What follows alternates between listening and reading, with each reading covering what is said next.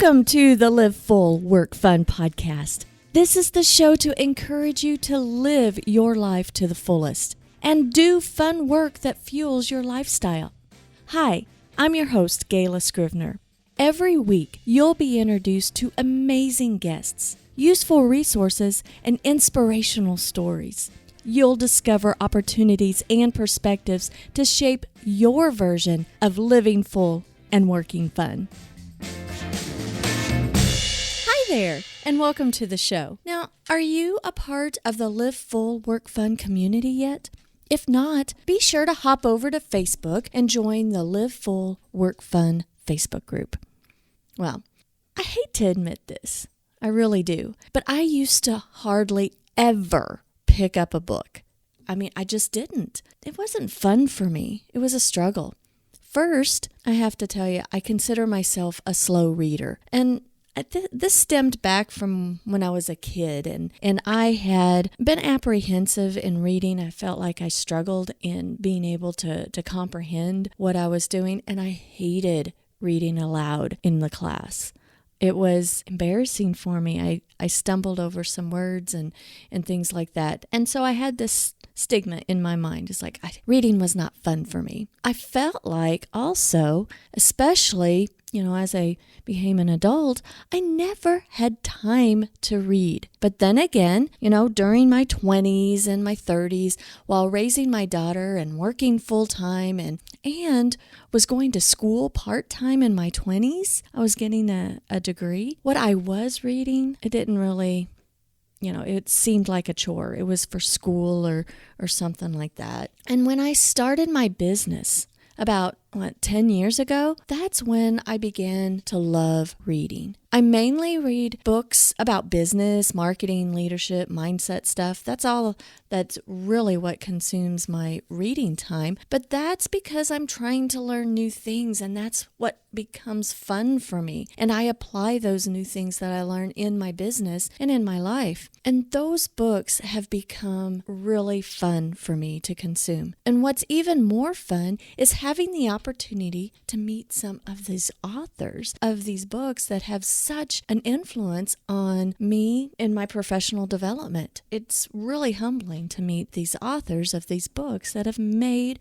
a significant difference. Now, on this show, I like to interview folks who have created fun work for themselves to fuel their lifestyle, because I feel that we can do that. Work is a 4-letter word, but it can be fun. It's creative. It can fuel our lifestyle. And, another 4-letter word is play. Play is denoted as fun. Why can't work be in your mind as fun as well? Well, today, I'm excited to bring you my conversation with Read to Lead's podcast host, Jeff Brown. He did just that, and he did it through the experience of learning from books.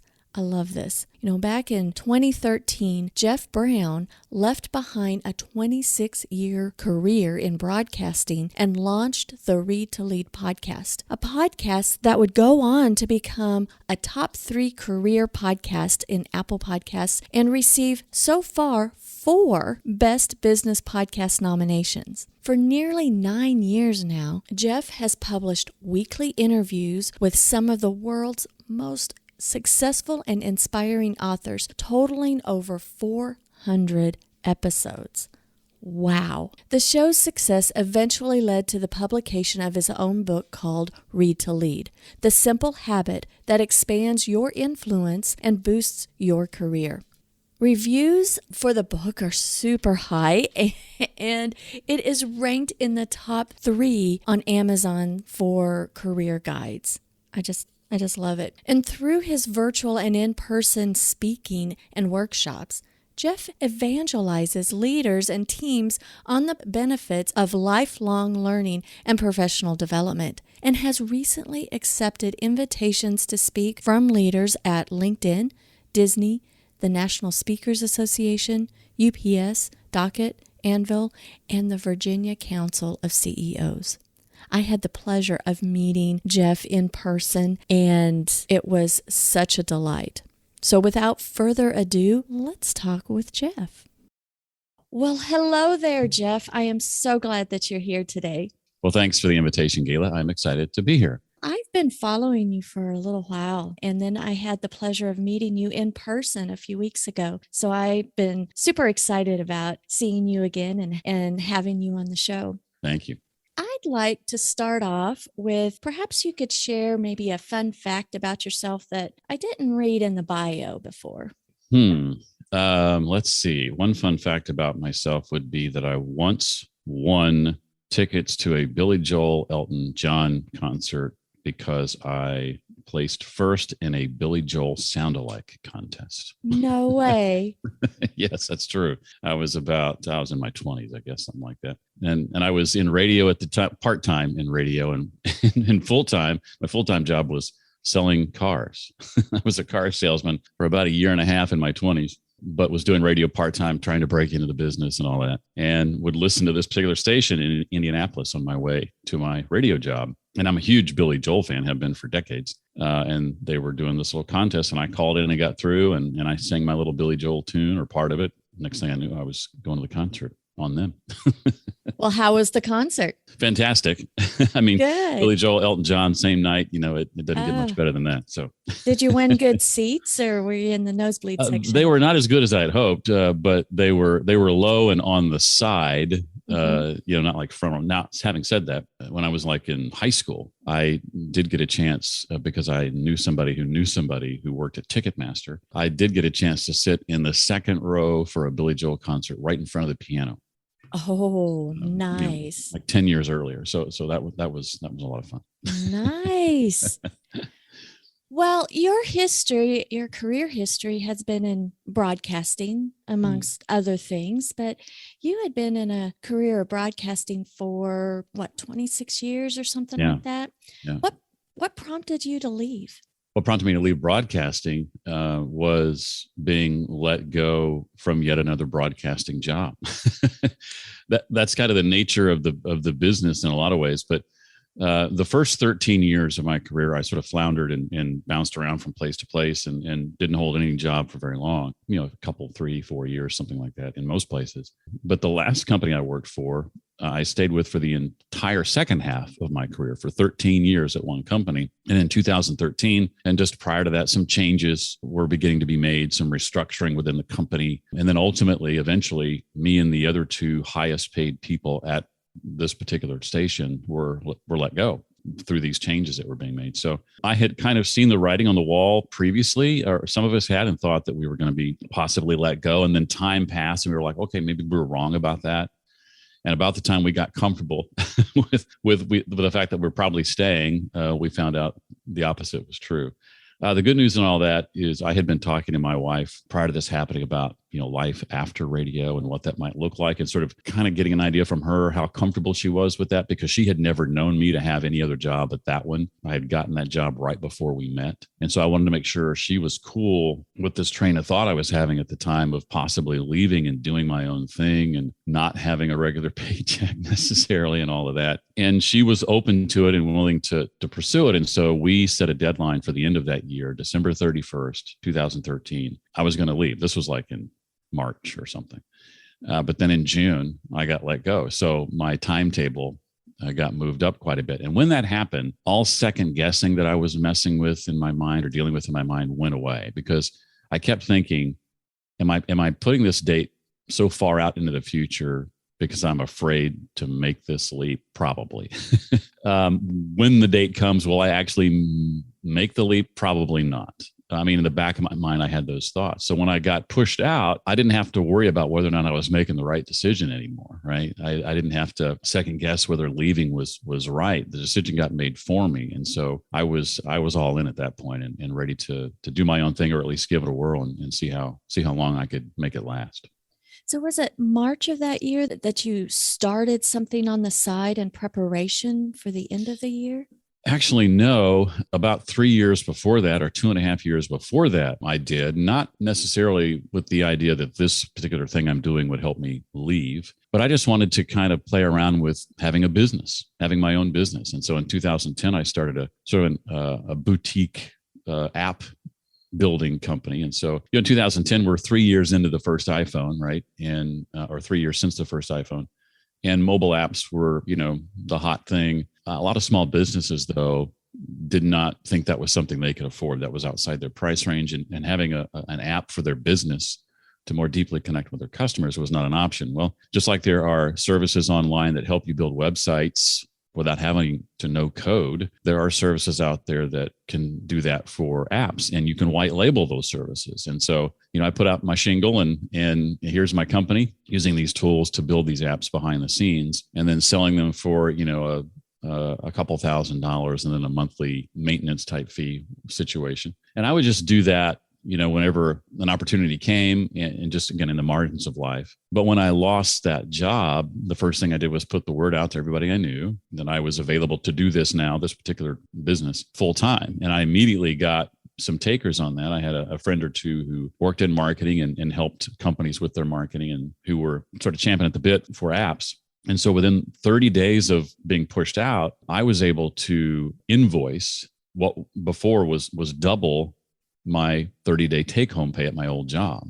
And when I was able to double my take-home pay, now it's one thing to invoice it, it's another thing to actually have it in your hands. I didn't have it in my hands necessarily yet, all of it. But when I saw that I was able to do that so quickly, I was like, I think I'm going to be okay. And so between doing that, and I had severance as well that helped in those early months, that's kind of what kept me afloat, Gayla, for probably 7 or 8 months. And about that point in the journey, coincidentally, I had started a podcast within a month of being let go, something I had already been planning to do anyway, and just happened to coincide with being let go by a month. So 7 or 8 months into this journey, I began finding ways to earn income through my podcast and using my podcast as a marketing vehicle to other things I was doing. My app company was my first podcast advertiser, as one example.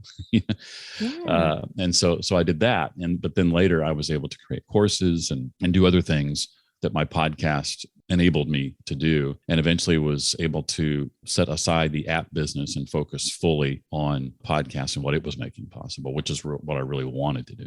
It kind of seems obvious a little bit that you have such a deep background in broadcasting that you may choose podcasting, but what led you to create your podcast? And tell us a little bit about why, the subject matter, and how you formatted it. Yeah, great question. I first had the thought of doing a podcast of my own around 2008. I started listening to podcasts around 2007. My wife got me a 5th generation video iPod, and it was like for our anniversary. And I'm like, what do I need this for? I thought it was like the silliest gift. Like, what am I going to do with this? And within a few days, I discovered podcasts, and I mean, they'd been around for a few years, and I was sort of vaguely aware of them, but I just became a huge fan of audio and video podcasts. And about a year into that sort of experience, I thought, well, maybe I'll do a podcast one day. And I sort of kicked that thought around for about 5 years. And one day, I was on my way home from work, and this was in March of 2013, that same month that my wife and I were having this conversation. And I was sort of mentally in my mind going through like the books that I had read so far that year. I had set a relatively easily attainable goal of a book a month. And I knew I'd read more than that, but I wasn't sure what that number was. And I started sort of counting them up. And much of the books I was reading at the time were books that I was listening to on Audible on my commute. And I counted 10 books, and I was already starting book 11 and had book 12 in the queue. And I kind of said to myself out loud in the car, I remember saying this out loud, well, that's a book a week. This is March. That's 12 books. That's almost a book a week. And when I said that, this light bulb went off. I thought of podcasts at that time, though they're not all like this, but I thought of podcasts as weekly events, weekly. All the shows I listened to came out once a week, whatever day that was. And when I said that, it just spoke podcast to me. And I thought, well, I've been kicking around this idea of doing a podcast and not knowing what to do a podcast about. I'm reading a book a week anyway. Maybe this is my podcast idea. Maybe it's interviewing authors about their books. And I'm obviously a fan of reading, and I've always felt that, more people need to be doing this and need to understand the impact of doing this consistently. And maybe I can help convince them of that through the podcast, and maybe even get some free books along the way, bonus, And so that led to begin researching the idea like in April. And then in May, I secured the equipment that I was going to be using, the equipment that is still in front of me right now. In June, I started scheduling interviews would also get let go that month. My first interview actually was 2 days after I got let go. And then in July, the podcast would launch. And it's been almost 9 years ago now. So I have to admit that over the years, especially in my 20s and 30s, I just didn't read very much. And it wasn't until I don't know if it was, okay, I'm done with school and I just need to live life. You have a different mindset when in your 20s and 30s versus when you get into your 40s and later. And I had started reading more and more as I created my business. And books can really open up the whole world and open up your mind and give different perspectives. Your podcast is Read to Lead, but that stemmed, you have a book titled Read to Lead. So how did that come about?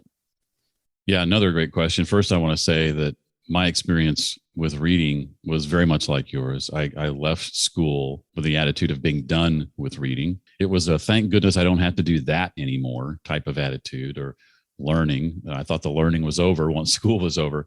School educated out of me the desire to want to read and to want to learn, if I'm being truthful. Now, that's not a knock on teachers. I think teachers are awesome. Some of the most impactful people in my life were teachers, and my sister is a teacher and a really good one. But I spent the entire career, or the entire time in school, as you understand, I'm sure, reading and learning about things I had no interest in at all. And so I couldn't wait to get away from that, and spent much of my 20s, much like you did. It wasn't until my early 30s that I was I had that fire reignited, I guess. That desire for reading that was there when I was young, when I was a little kid, was sort of reignited. But yeah, you're right. Within about 6 or so years of doing the podcast, the opportunity to do a book came about. I mean, as far as books go, it's kind of meta because it's a book about reading. It's a book about the impact and value of books and why they should be a regular part of your routine. But I always thought one day I might be an author. I just didn't know what that was going to look like. I didn't know that was going to be a book this meta as this one is. I'm not sure it would have happened. It was one of those situations, again, like leaving the station and thinking I'm going to have the courage to do it, but then needing to be pushed out to actually go out on my own. The book was kind of similar. I had some ideas for books, but I never really did anything with those ideas. And it wasn't until somebody else came to me. His name is Jesse Wisniewski, and his name's also on the front of the book. And Jesse said, "Jeff, I've had this idea for a book, and I've run it up the flagpole, and I haven't gotten any bites. Nobody wants to publish this book. The feedback I keep getting from publishers is, this is great, but you don't have a platform. You don't have an audience. And if we're going to publish you as an author, we need you to have an audience, because we need to know that people are going to buy it. Because we don't market your book. That's what you do."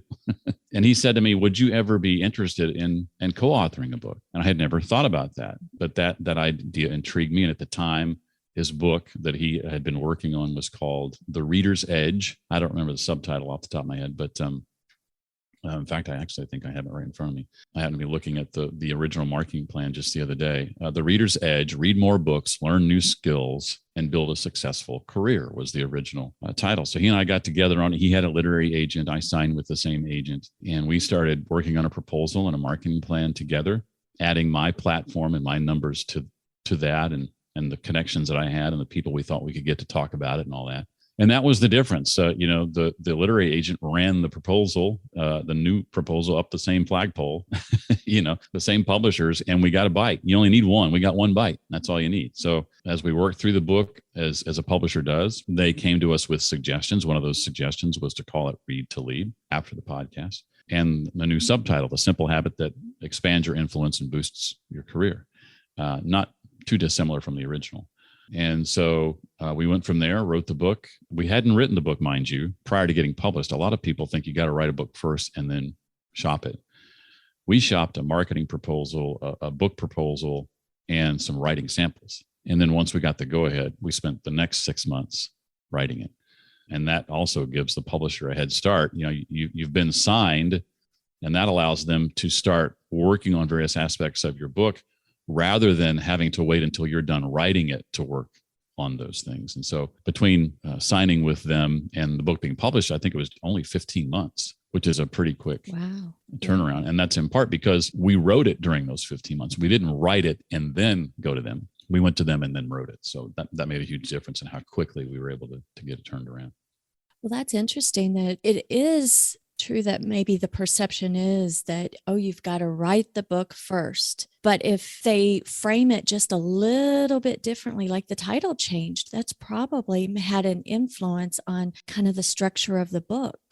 Not necessarily everything, but I would think that once the proposal is approved, you can pinpoint exactly what is needed. I don't know. I've never done that process. Was it an interesting process for you? Have never done it before? Yeah. And I had a couple of people in the business through the course of doing interviews to promote the book when it came out last year say to me, why did you co-author a book? That's like the hardest way to do it. And I was like, I didn't know. I didn't know any better. To me, it sounded easier. I'm writing essentially half. He's writing essentially half. That sounds easier to me. But Jesse was very easy to work with. Jesse and I knew each other. We'd met before, didn't know each other too well. We happened to live in the same town at the time, though, we didn't necessarily meet in person a lot during that time. It was, during COVID and all that. So, and didn't really need to. Now he has since moved back to his home state. He's no longer in Tennessee, but easy to work with.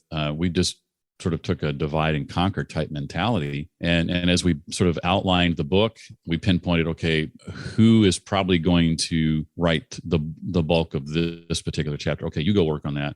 I'll go work on this. And then we'll bring that to the other person, and that person can tweak it, can comment on it. We did it all in Google Docs, so we could see each other's work at any time, which made it super simple. There's a tool called Scrivener that I had begun using when I started out, and it became, since it was a co-author sort of dynamic, it became easier to use a tool like Google Docs so we could constantly share. So that's what we did, and turned it in like November of 2020, I think, is when it was due. And then you go through the developmental edits process. That's where the acquisitions editor goes through it over a course of 6 or so weeks, and then comes back and basically says, okay, here's all the things wrong with what you've given us. Here's what needs to be reassessed. Here's a chapter that's not been written that needs to be added. This chapter's not long enough. This chapter's too long. They kind of come back and tell you how you're not as good as you think you are, basically. And so you spend another 6 weeks going back and bringing it up to snuff, so to speak, to their liking. And then at that point, it becomes, assuming they like what you did, it becomes an accepted manuscript. And then you move on from there. They start, doing things like, typesetting, et cetera, actual editing and all that. So in your book, you share maybe specific books a person should read. Are there specific books, or just go with what fancies you? Well, certainly the classics, books like The 7 Habits of Highly Effective People or How to Win Friends and Influence People, and books like that. I think that everybody should read for sure. I think a lot of people get hung up on, much like when we were in school, like thinking there are things they have to read. And I think if you will focus on your interests and let that guide your reading, then and only then will you never be bored. I think when you can find books to your interests, you will realize how much you love reading. And that can be a skill you want to learn. That can be an industry that fascinates. That can be a person who you admire. Maybe you want to check out a biography on that person, industry, skill, person, whatever it might be, and let that guide you. There was a time in my career early on when, through the reading that I was doing, I was learning skills related to marketing in this particular instance. And as I was implementing the things at the radio station I was working for at the time from the books I was reading, something interesting happened. The things that I experimented with as I sort of tried to take action on what I was learning, the things I experimented with that did not work were quickly forgotten. The things that I tried and experimented with that did work got me noticed. And then other stations around the country within our company began coming to me and saying, hey, what are you doing there? That's working for you guys. How can we duplicate or replicate that here where we are? And then that led to speaking to nationwide factions within the company, programming over here, sales over here, and then going to corporate headquarters and doing a presentation there. As these opportunities came to speak, I was like, I've never done presentations before. Here's another skill I need to learn, right? And so I created a curriculum for myself. So I identified something that, to reach my goals, I'm going to need to learn this thing. And by the way, at the time I was terrified of public speaking. So there's that. But I recognize still that it's something that I'm going to need to be able to be at least adequate at if I want to reach my goals.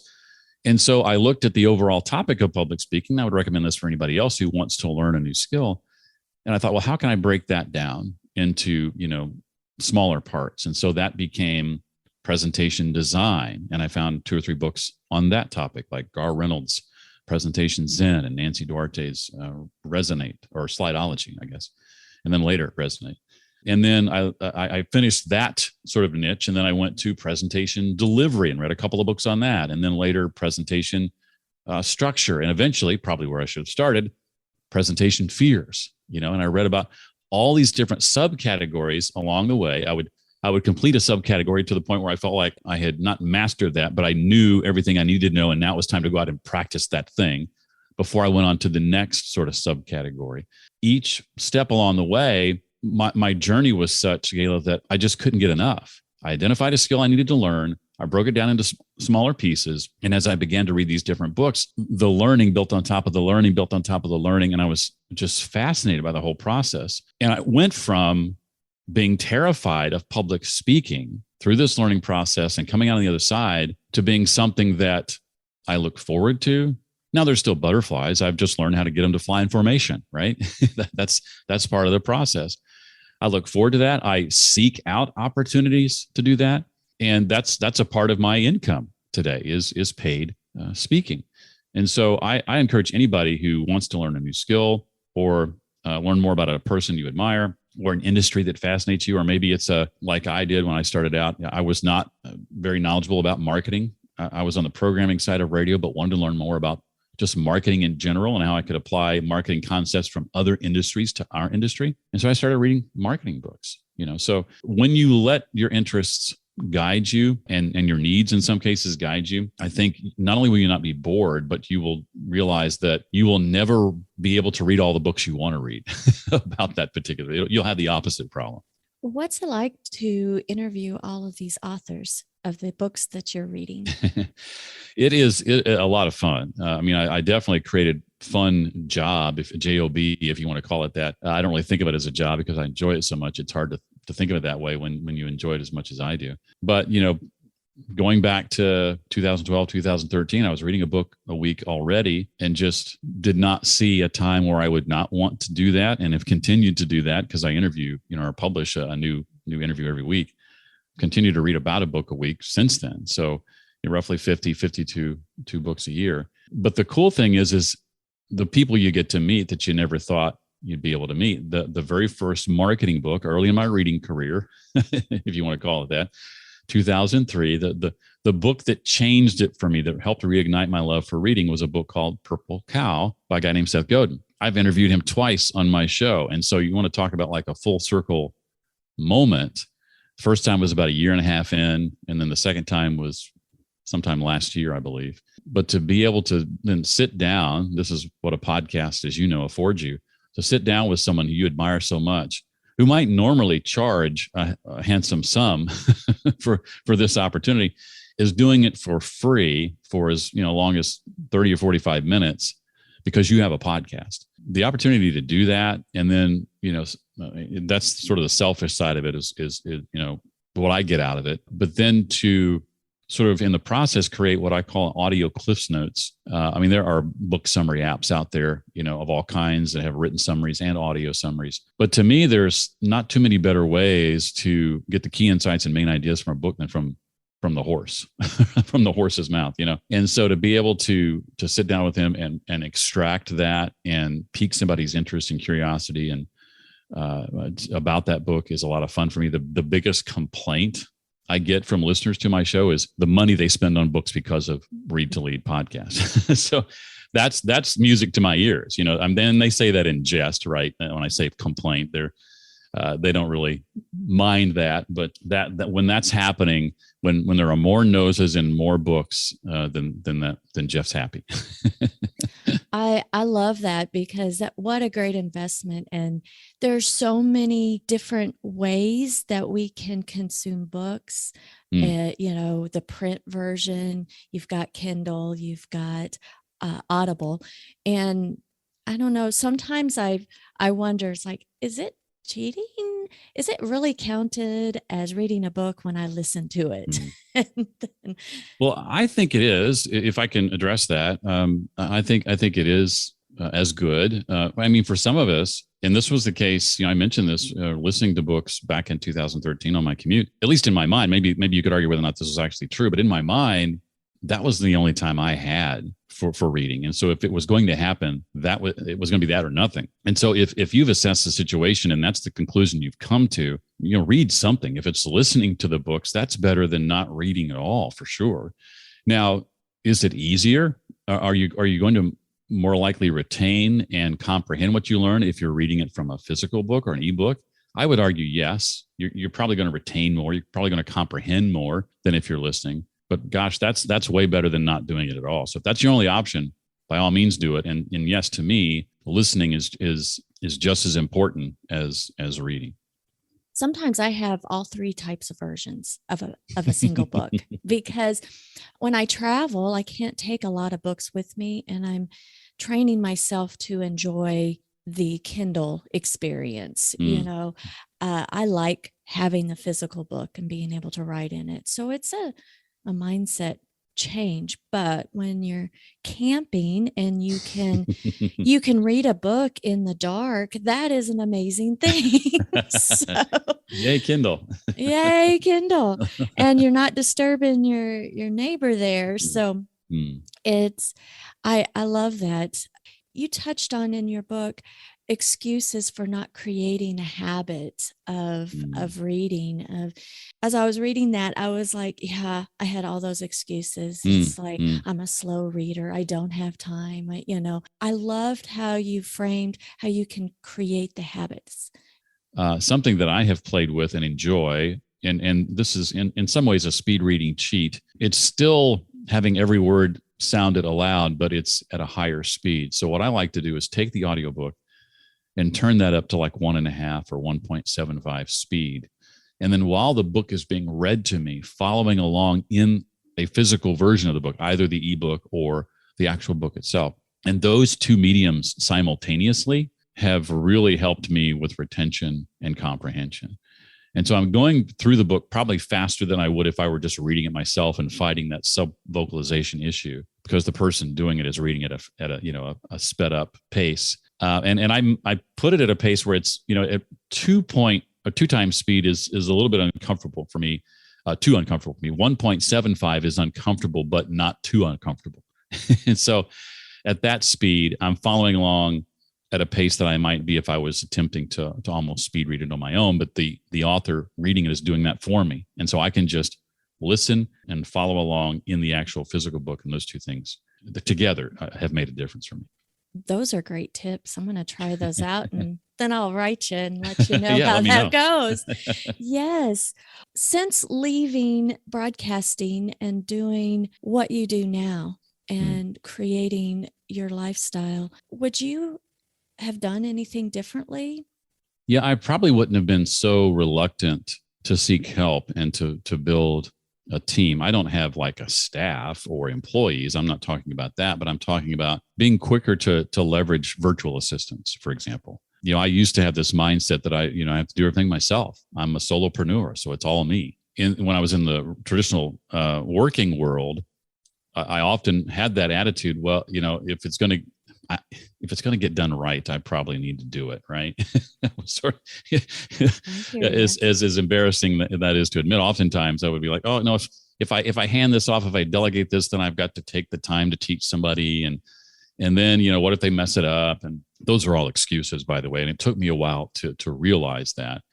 One example, almost 3 years ago exactly, I did a virtual summit, an online summit. I invited like 32, 34 speakers. And it was all about what we've been talking about leaving your regular job to go work for yourself. If that's something that you desire to do or something you are doing that you'd like to sort of take up a notch, then this summit, the Boss-free virtual summit, is for you. And it's still out there and people can still access it. But for 2 or 3 years, I had tried to create and launch a summit on my own, and I kept falling flat on my face. And then I finally bit the bullet and hired someone to help me through this process, someone who would take on all the things that needed to be done that I had no business doing. I needed to concentrate on securing interviews, conducting those interviews, and that's about it, right? And I hired a designer to do a bunch of design work, social media, images, etc., logos, all that kind of stuff. And this project manager person, handled setting up the website and making it all look pretty and all that stuff. And then when it came time for the summit itself, execute day by day each new set of speakers and all that. And again, it allowed me to just focus on the things that only I could do. And it wasn't until I was willing to let go of some of those other things that event ever happened. I spent so many years spinning my wheels because I was trying to do it all. So if I could change anything, it would be recognizing that sooner and thinking about how much more I could have accomplished if I'd been willing to bring other people into the equation. Jeff, every week you feature a different author and book on your show. So I know this is going to be a very, very, very tough question for you. But usually I ask my guests, is there a favorite resource or book that stands out for you from the rest that has really made a difference for you, either personally or professionally? Yeah, a few come to mind. One I mentioned, and that's Purple Cow by Seth Godin, because that book almost single-handedly reignited my love for reading. When I realized in my early 30s that, wait a minute, there's books that have been written by people who've solved problems I'm trying to solve. The problem's already been solved, and this person's written about it. Really? I didn't know that. So that book was instrumental for me in that way. Liz Wiseman's Multipliers, How the Best Leaders Make Everyone Smarter, is a favorite of mine. That book's coming up on 15 years old now, and Liz has written 3 or 4 books since then. I've had her on the show maybe 4 times, something like that, talk about each of those books. Rookie Smarts is another book that she's written, and I can't remember the name of the most recent one, but her first book, probably my favorite, is Multipliers. I'm a fan of Todd Henry's work as well. He's been on the show probably 4 times too. Die Empty, Unleash Your Best Work Every Day is one of my favorite books from him. Nice. How can people make sure to follow you and connect with you, Jeff? Well, thanks for asking that, Gayla. The podcast, as you mentioned, has a new episode every week. Every Tuesday, a new show, a new interview is released. And you can find the Read to Lead podcast. The website is readtoleadpodcast.com, not surprisingly. But you can find the podcast itself on just about any podcast app, whatever one you choose to listen to your podcasts, it's there. And then in addition to readtoleadpodcast.com, there's also readtoleadbook.com. And that's where you can find out more about the book. In fact, you can even download the introduction and first chapter for free at that website and sort of kick the tires to see if it's something you want to purchase or pull the trigger on. So those are the 2 best places, readtoleadpodcast.com and readtoleadbook.com. Well, I don't think anybody needs to kick the tires. I think we should just download it, or order it. It's right there on Amazon. Yes, it is. Oh, it's been a delight, Jeff. Thank you so much for being here. I'm so happy to get to connect with you again. Likewise. Thank you for having me. I had a lot of fun. Appreciate it. Well, thanks for being here with me today. Now, be sure to scroll down to the show notes and grab the links in the resources section. Some of those books that Jeff mentioned, I have read, and some I've already ordered because, like he said earlier, maybe his biggest complaint he has is how much money you end up spending on the books he recommends. Too true. What a great problem to have, right? And what a great investment, really. Let's continue this conversation, shall we? Why don't you go hop over to Facebook and post what your biggest takeaway from today's show was in the Live Full and Work Fun group. Now, I hope you enjoyed the episode, and I'd love for you to do me this tiny favor. Please share this episode with at least one person who you think might find it helpful and enjoyable. Just text them the link. Well, again, thanks for listening. And until next time, have a fantastic week. Live full and work fun.